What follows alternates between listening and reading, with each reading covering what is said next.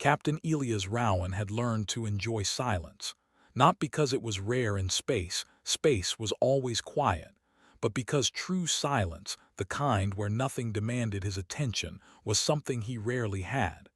No diplomats waiting outside his door. No alert lights blinking. No voices asking him to make another impossible decision for another fragile world. So when the doors of his private quarters slid shut behind him, and the locks sealed with a soft sound, Elias allowed himself a slow breath. The room was small by Alliance standards. Other heroes kept wide chambers filled with medals, banners, and glowing trophies from grateful systems. Elias had asked for none of that.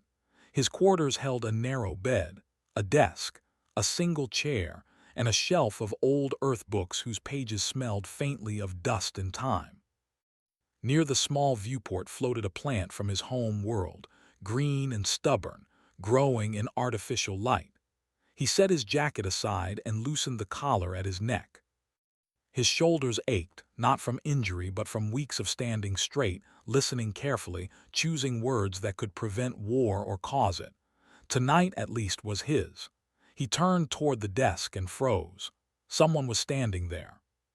She was small, barely reaching the height of his chest, with skin that shimmered like soft light under water.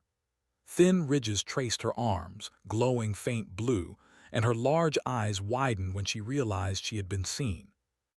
She made a startled sound, halfway between a gasp and a chirp, and immediately bent forward in a deep, frantic bow. "I apology, so much apology," she said in broken standard. "I not mean alarm, I not harm, I only." She straightened too quickly, nearly losing her balance, and caught herself on the edge of his desk. A small device slipped from her grip and clattered onto the floor. Elias did not move. Years of training kept his face calm, but his heart beat faster. No alarms had sounded. No warning from the ship systems. That alone was troubling. "Please," the alien continued, voice shaking. "Do not call guards, I will leave, I was only looking, I swear." Slowly, carefully, Elias raised one hand, not in threat but in pause. "You're in a restricted area," he said evenly. "How did you get in here?" The words seemed to confuse her. She blinked, then glanced down at the device on the floor. It emitted a faint hum, its surface pulsing softly. "Translator slow," she said. I follow access path." Your door was simple. Elias almost smiled at that, but the situation was too strange. The flagship of the Galactic Alliance was protected by layers of security that shifted every hour. No unauthorized being should have reached his quarters, not without setting off half the ship. "What is your name?" he asked. She hesitated, then placed one glowing hand over her chest. "I am Tika of the Lyrian Collective, Junior Cultural Archivist, third learning cycle." An archivist, of course. Elias exhaled slightly. Archivists were not spies. They collected stories, histories, behaviors. They observed and recorded. Still, that did not explain how she was here. "Tika," he said, "I need you to stay calm. I'm going to ask you some questions. After that, we'll figure out how to return you safely." Her eyes brightened at his tone, not fear, but something close to relief. "Yes," she said quickly, "I will answer. I know many facts about you. I mean about humans, about your work." That made him pause. "You know facts about me?" She nodded eagerly, the glow along her arms brightening. "You are Elias Rowan," she said. "Human designation, Captain. Alliance recognition, strategic humanitarian. You diverted the collapse of Trade Moon Altaris by recalculating energy flow in real time. You refused command of 3 fleets. You—" "Enough," Elias said gently. She stopped at once, looking embarrassed. "Sorry," she murmured. "I speak too much when nervous." He studied her now, truly looking. She wore no weapons, no insignia of rank. Her clothing was plain, woven in soft layers that shifted color as she moved. Whatever she was not dangerous. "Why are you here, Tika?" he asked. She lowered her gaze. "Because I wanted to see," she said. "See what? How a human hero lives." The words hung in the air. Elias felt a familiar discomfort tighten in his chest. Hero. The galaxy loved that word. Humans were less fond of it. I'm not a hero, he said quietly. Tika looked up at him, confused. But you are recorded as one, she said. Across 17 systems, your name is used in teaching simulations. Children of my world study your restraint protocols. That doesn't make me a hero, Elias replied. It makes me someone who did his job. She tilted her head, considering this. That answer, she said slowly, is exactly why you are studied. Before he could respond, a faint hum filled the room. The wall panel near the door flickered once. Somewhere deep in the ship, a delayed system alert began to wake. Elias knew he had seconds before the ship noticed something was wrong. He stepped to the panel and deactivated the silent alarm that had finally triggered. Tika's eyes widened. You will not report me, she asked. I didn't say that, Elias replied, but I'm not calling security yet. Her glow softened, shifting to a calmer shade. Thank you, she said. I promise I mean no disrespect. Elias gestured to the chair beside the desk. Sit, he said, and start from the beginning. She obeyed at once, folding herself carefully into the seat. Her feet did not quite touch the floor. I was assigned to observe human delegates, she began. At first I believed what many believe, that humans are loud, forceful, emotional. He raised an eyebrow. Am I loud? He asked. She made a small clicking sound that might have been laughter. No, she said. You are quiet. That was confusing. She explained how she had watched him during council sessions, how he listened more than he spoke, how he paused before answering questions that others rushed to dominate, how he accepted blame when plans failed, even when the fault was shared. Among my people, she said, leaders shine brightly. They command attention. You dim yourself. I don't dim myself, Elias said. I just don't need the light. She looked at him with open wonder. That, she said, is terrifying to many species. He leaned back against the desk. Terrifying? Yes, she said. Power that does not announce itself is difficult to predict. Elias considered that. And that's why you broke into my quarters. I followed the logic path, she said quickly. If humans are as dangerous as rumored, their heroes would surround themselves with symbols of dominance, weapons, guards, displays. She gestured around the room. But you live like this, she said softly, like a citizen, not a conqueror. Elias glanced at the plant near the viewport. I live like someone who wants to sleep at night, he said. For a moment, neither of them spoke. Then Tika leaned forward slightly.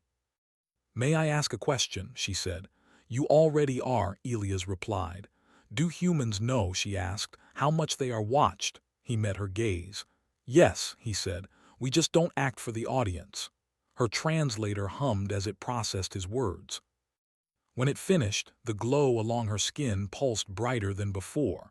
That explains so much, she whispered. The ship's AI chose that moment to speak. Captain Rowan, the calm voice echoed softly from the ceiling. Anomalous access event detected in your quarters.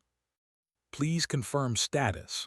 Elias closed his eyes briefly. Stand by, he said aloud. Situation under control. There was a pause. Confirmed, the AI replied. Logging event as low-risk cultural anomaly. Tika let out a breath she had clearly been holding. You are very calm, she said. I've had worse interruptions, Elias replied. She hesitated, then asked, will I be punished? That depends, he said honestly, on what happens next.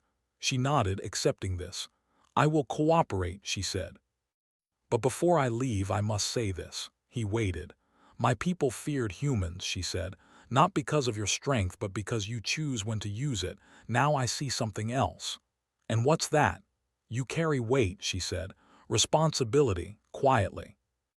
Without demanding gratitude. Elias felt something tighten in his throat.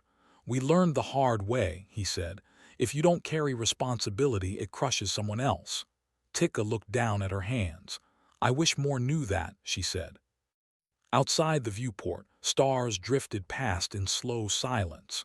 Neither of them noticed that deep within the Alliance network, a new file had been created, marked not as a breach, but as a beginning. Captain Elias Rowan did not sleep that night. After the ship's AI logged the incident as a cultural anomaly, protocol demanded a review, but not immediate action. That delay created a strange quiet. Tikka remained seated in the chair, hands folded, posture careful, as if any sudden movement might undo the fragile permission she had been given to exist in this room. Elia stood near the viewport, looking at the stars. They moved slowly, endless and indifferent. He had stared at them 1,000 times, yet tonight they felt heavier. "You should not still be here," he said at last.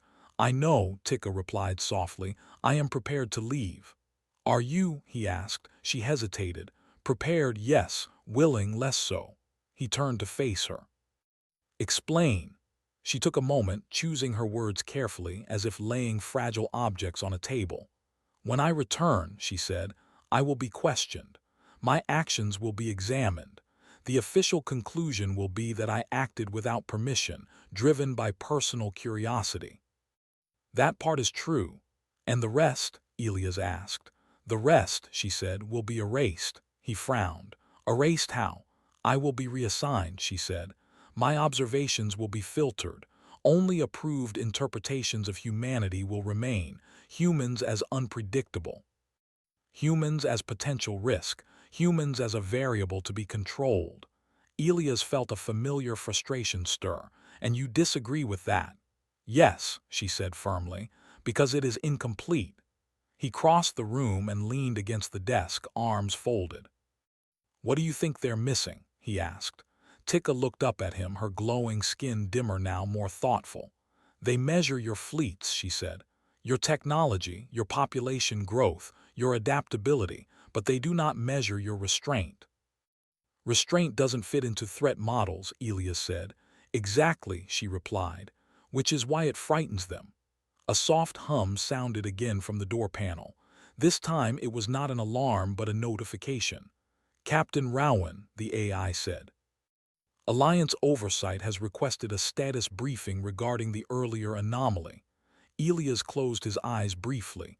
"How long do I have?" he asked. 10 standard minutes," the AI replied. Tikka straightened in her chair. "I should go now." Elias studied her. She was afraid, but not of punishment. She was afraid of being unheard. "Wait," he said. She froze. "You said your people study humans," he continued. "What do they teach about us?" She considered. "That humans survive by escalation. That when challenged, you respond with overwhelming force." "And what have you seen instead?" he asked. She gestured around the room. "A man who disarmed an intruder with patience, who chose conversation over control, who carries influence like a burden, not a weapon." Elias let out a slow breath. "Come with me," he said. Her eyes widened. "Where?" "To the briefing," he replied.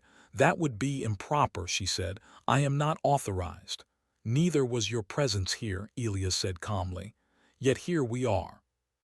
He moved to the door and placed his hand on the panel. "If you're going to be questioned anyway," he said, "it might as well be on record." The door slid open.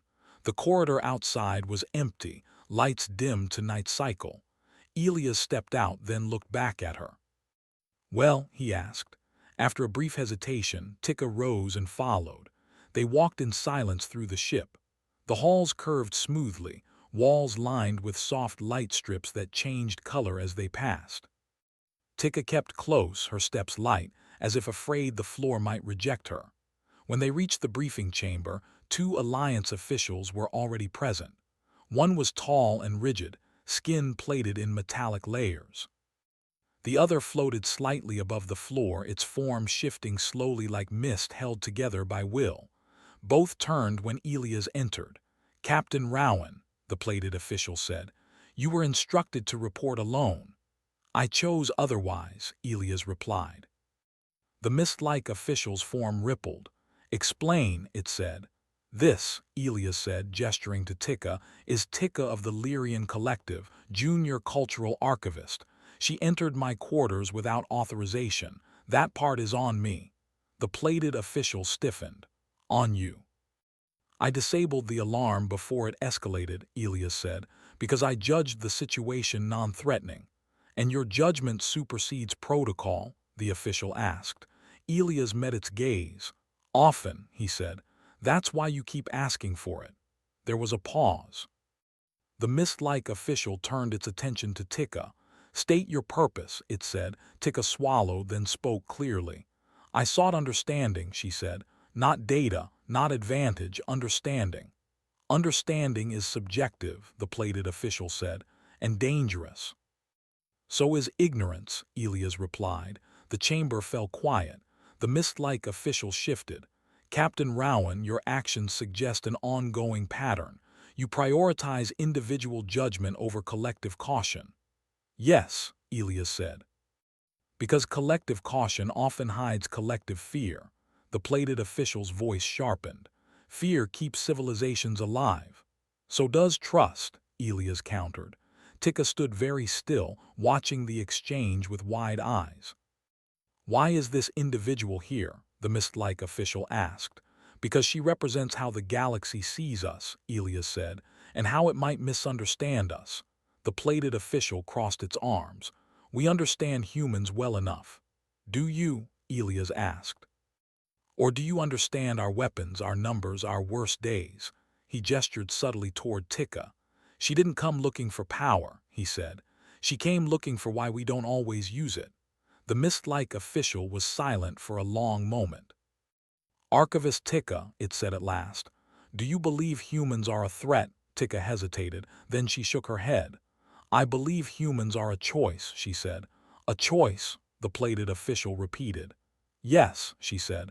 "You can meet them with fear and receive resistance. Or meet them with respect and receive cooperation. They respond not to dominance but to intention." Elias felt a quiet pride, not in himself but in the truth of her words. The mist-like official turned to Elias. "This perspective," it said, "is not standard." "No," Elias agreed. "But neither are humans." Another pause. "Captain Rowan," the mist-like official said, "what do you propose?" Elias did not hesitate. "Let her speak," he said. "Not just here. Let her observations stand unfiltered. Let the galaxy hear what she saw. And if her interpretation weakens our defensive posture," the plated official asked. "Then maybe our posture needed adjusting," Elias replied. The officials exchanged a look, one rigid, one fluid. "Archivist Tika," the mist-like official said, "are you willing to formally present your findings?" Tika's glow brightened with shock. "Yes," she said, "with gratitude." "Then you will be granted provisional status," it said, "under human sponsorship." The plated official turned sharply to Elias. "You accept responsibility?" it demanded. Elias nodded. "I always do." The meeting ended shortly after. As they walked back through the corridors, Tika struggled to keep up, her steps quick and uneven. "You did not have to do that," she said. "Yes, I did," Elias replied. "Why?" she asked. He stopped and turned to her. "Because humans don't win by being feared," he said. "We win by being understood." They reached his quarters again. The door slid open, familiar and quiet. Tika paused at the threshold. "I will return to my people," she said, "but not as before." Elias nodded. "None of us ever do." She hesitated, then asked, "May I tell them about your plant?" He smiled faintly. "If you want," he said, "but tell them why I keep it." "Why?" she asked. "Because it reminds me that life grows best when it's cared for," he said. "Not controlled." She bowed deeply, more graceful this time. "Thank you, Captain Elias Rowan," she said, "for trusting me." "Thank you," he replied, "for asking questions instead of making assumptions." She left quietly. Later, alone again, Elias returned to the viewport. The stars were still there, endless and silent. Somewhere across the galaxy, a report would soon circulate. Not about human weapons, not about human strength, but about a quiet room, a simple plant, and a species that carried power like a responsibility, never loudly, never lightly. And for the first time in a long while, Elias felt that the silence was earned.